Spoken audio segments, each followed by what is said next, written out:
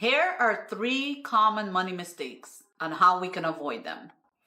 Now, I might sound a little sappy, but I have to let you know that the best gifts are not the ones that come with the price tag. It's the best gifts are the ones that are priceless. Like your time, you're hanging out together, you're laughing and drinking and making memories. Those are the best gifts. So you want to be able to always put people first before you put your shopping list, because you will end up being happier. But we are conditioned by society to ask for physical gifts, and we are conditioned by society and we are conditioned by the media for us to think about Christmas. Christmas is a very commercialized, Hanukkah, Christmas is a very commercialized thing. We find everything to have a sale for. My mother-in-law used to tell my sister-in-law that this is America. There's always a sale. You don't have to buy and store up. So unfortunately, these are things that we need to be aware of. So we don't want to overwhelm ourselves when we're spending money for the holidays. We want to make sure that we follow a few rules. We want to make sure that before we start spending hundreds of dollars at Target or Amazon or anywhere else, that we are looking at what we're spending. We want to make sure that, we discuss what our spending limits are.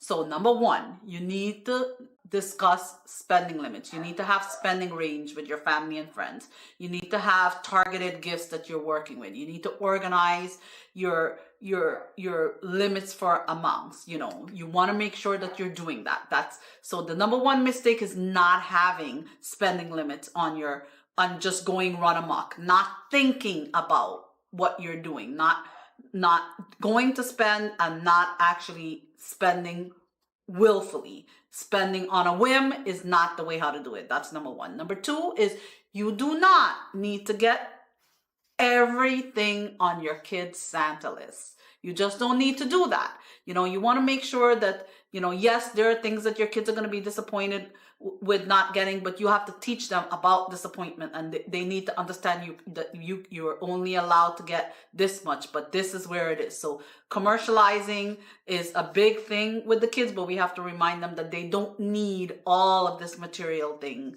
to do this. You also don't need to, the third thing that you need to look at is you don't get swept away with the sales. You want to make sure that you're not overspending because there's a sale. So remind yourself that there are many sales tactics to distract you, and there's many marketing that goes behind all of this to make sure that you're not buying with your mind and you're buying with what your momentum is. Buy with your mind, be conscious of what you're buying, follow your budget. Hope these holiday tips help you.